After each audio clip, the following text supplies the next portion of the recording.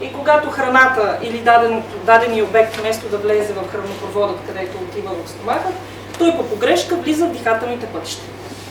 Много често това се случва при малките деца, бебетата най-вече, поради проста причина, че тяхната система, гълтателният рефлекс, въобще мускулатурата все още не е достатъчно добре развита. Както и при много по-възрастните хора, където самата тази мускулатура вече пък прекалено ленива. И съответно се случва такъв тип задаване. Естествено, задаване се случва и на всеки един от нас. Може да се случи да се задави. Както обичам да казвам, моите родители са ме възпитавали, никога да не говоря докато дъвча или да не се смея докато ям. Не случайно са го казвали, защото когато се опитваме да правим неща свързани с говорене, гълтане и дъвчене, нещата се объркват и може по погрешка нещо да влезе в дихателните пътища. Какво правим от гледна точка на първата долекарска помощ? Само малко ще вкарам една вметка, за да сте наясно. Първата помощ не е нещо, което заменя медицинската помощ. Първата помощ са първите мерки, които се предприемат най-вече от хора, които не са специалисти или най-вече хора, които са свидетели на даден инцидент, в дадена екстремна ситуация, в която дете, бебе, дори възрастен човек е живото застрашено. Това е първата помощ. Като мерките така са направени, че да може абсолютно всеки един човек да ги усвои и съответно да ги приложи при нужда. Така, какво всъщност наблюдаваме от гледна точка на първата помощ при задаването? Ние разглеждаме два варианта. Единият вариант е, когато имаме така нареченото ефективно кашляне. Какво значи да имаме ефективно кашляне? Като се задавите с вода, какво се случва? Почвате да кашляте. Ама много да кашляте, да ви текат сълзи, да се напрягате, да почервенявате, чак така си мислите, че не може да си поемете въздух, но вие кашляте. Нали така? Това се нарича ефективно кашляне. Тоест дихателните пътища са били подразнени от нещо, което е влязло и не би трябвало да е там, но всъщност не ги запушва изцяло и продължава да минава въздух. Кашлицата е преминаване на въздух. Тоест успявате да вкарате въздух и успявате да изкарате въздух, въпреки че много кашляте. Какво прави ние тогава в тази ситуация? Много често веднага се появява някой отзад, който иска да ни потупа по гърба и ние съответно да кажем да се пазим и не случат се тези моменти. Само че това е малко грешно схващане, поради проста причина, че особено при отглеждането на малките деца, този тип потупване може да сецне хубавата кашлица, която се оформи от организма. Смята се, че белите дробове и въобще налягането, което се формира след такова дразнение и такъв тип изкашляне, е достатъчно добро, за да изкара дразнителя в дихателните пътища. Така че когато имаме ефективно кашляне, т.е. чуваме, че кашля детето или бебето, единството, което трябва да направим, е да накараме да застане в позиция, в която да може да се изкашля. Давам пример. Вие като кашляте нощно време и сте легнали по гръб, какво правите? Или се изправите, или се завъртате настрани. Това е естествена реакция на тялото. Но знаете, че бебетата, примерно, няма как да се завъртат настрани и да се изправят, както някои малки деца не се сещат все още.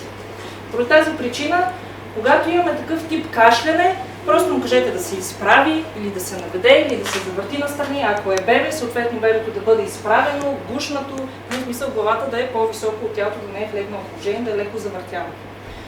Това е идеята и това е достатъчно да се направи при ефективното кашляне. Обаче всяко едно ефективно кашляне може да премине в така нареченото неефективно кашляне.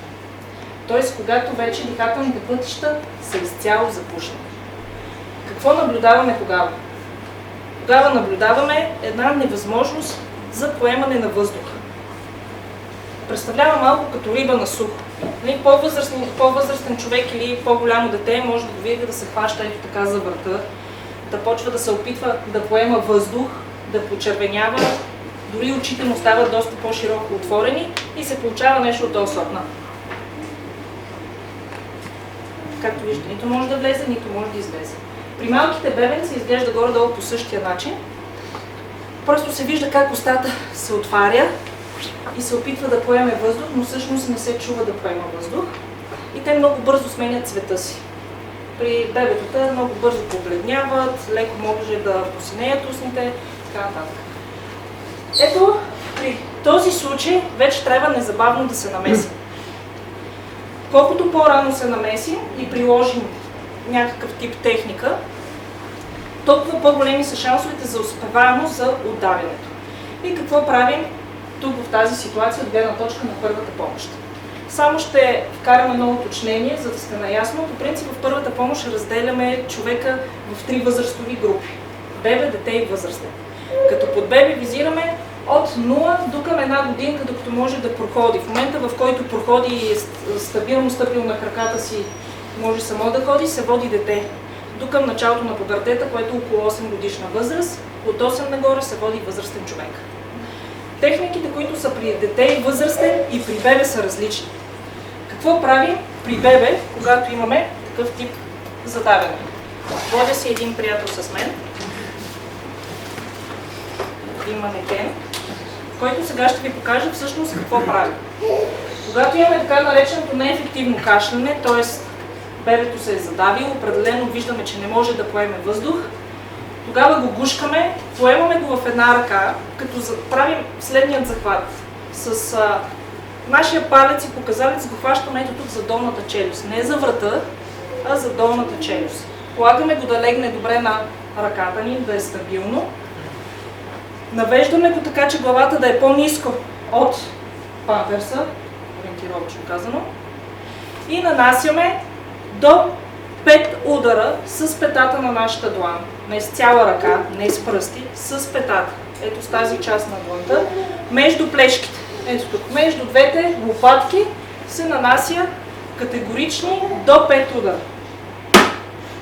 Казвам до 5 удара, защото ако ударим веднъж и то почне да повръща или изплюва нещата, които му пречат за дишането, спираме да го бие. Затова казваме до 5 удара. Правиме едно потупване, поглеждаме дали изплюва или повръща. Няма резултат. Второ потупване, няма резултат. Трето, няма резултат. Четвърто, пето. За съжаление няма резултат с потупването, така че трябва да преминем към следващата техника, която е притискане или така наречените компресии в областта на дихателните пътища. Премествам го, в зависимост колко е тежко, в случая бебето, и тази кукличка е доста по-лека, но в по-напредналите месеци, може да е много тежко майката да не може да го държи, но е важно да знаете да придържате главата. Много добре знаете, че главата е много по-тежка от тялото. До много по-напреднали месеци тази глава трябва да бъде придържана, защото тето няма как да си я държи. Прехвърлям бебето на другата ръка и правя така наречените компресии в областта на гърдите. Както са линията на зърната, поставям 2 пръста върху гръдната кост. Знаете коя е гръдната кост? Тази предната кост.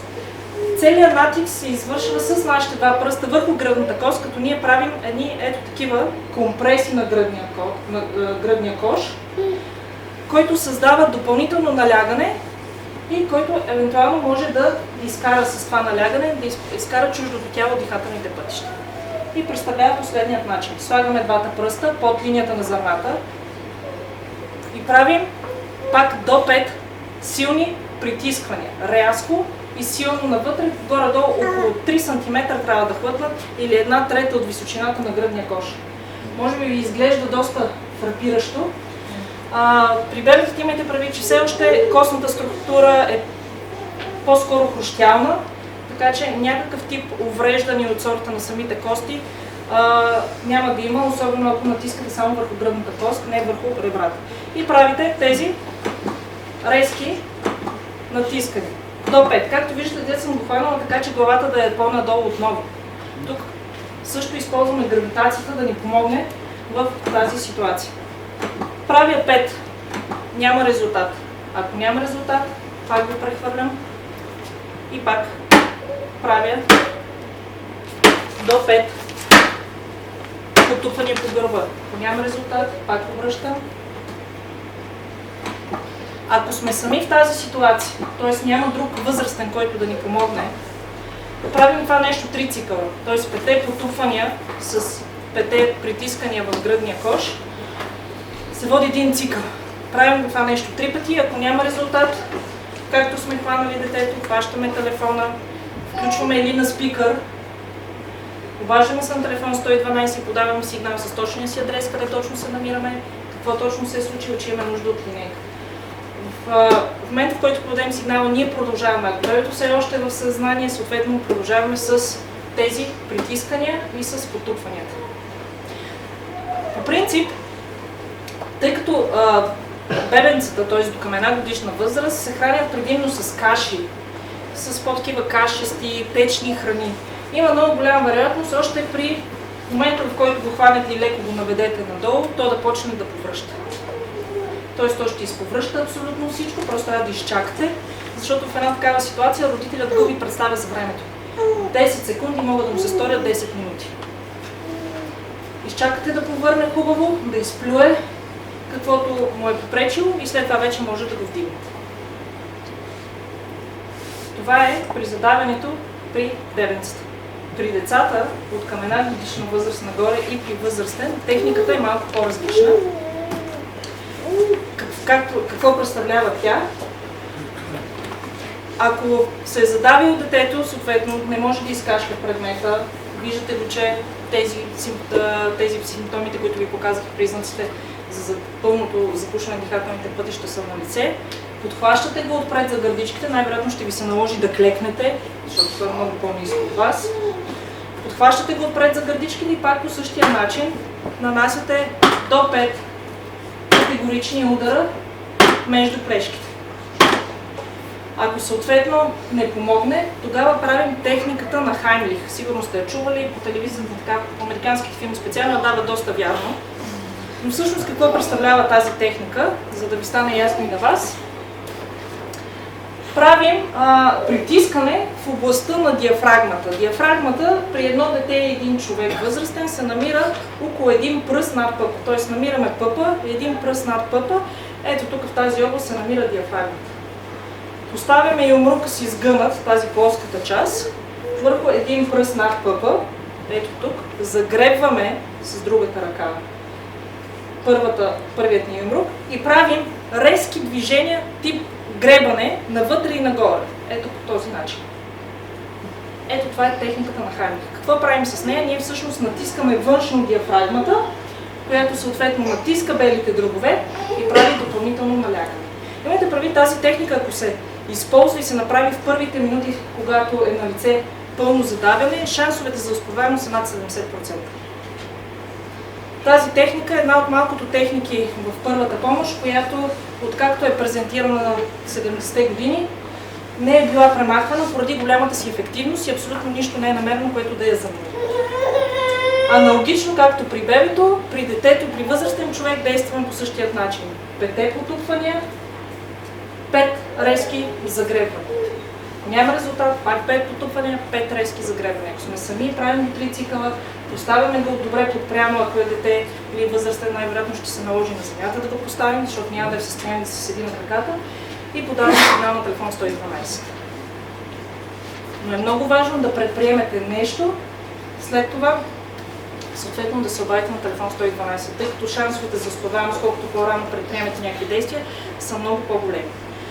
Тук ще кажа и още нещо за една малко по-остаряла техника, която все още, за съжаление, така се популяризира. Това е при бебетата да се изтръска с главата надолу.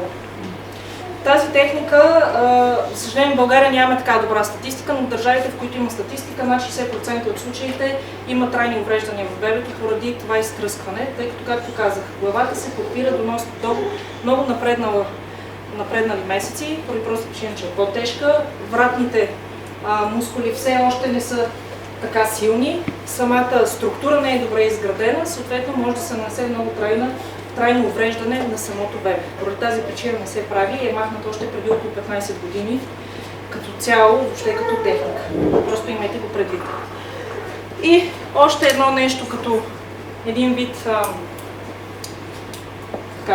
допълнително да знаете за тези техники с притисканията, специално като се стигне до този момент. Както виждате, това е доста инвазивна техника. С притискането в областта на корема, както и с притискането на гръдния кош. Доктор Стоева ви каза още в първия слайд, че органите все още не са така капсулирани с масна тъкан, съответно не са добре защитени, т.е. може да има някакво нарушаване вследствие от това натискане, да има някакво нарушаване на коремната страна или нараняване, травмиране на някой орган. Затова, ако ви се наложи някога да правите тази техника с Хаймлих или с притискането върху дете или бебе, задължително след това потърсете консултация с лекар, за да могат да прегледат вътрешните органи. Но имайте предвид, че тук говорим за приоритет. Когато някой не диша, по-лошо от това няма какво да му се случи. По-добре, нали, в този случай, евентуално да има риск, да има някакво малко увреждане на коленната страна, отколкото въобще да не диша. Мисля, в първата помощ се работи изцяло, само и единствено с приоритет.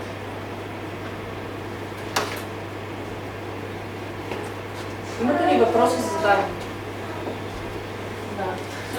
Да, не разбрах. За как деца от 1 до 8 години. Тоест, трябва да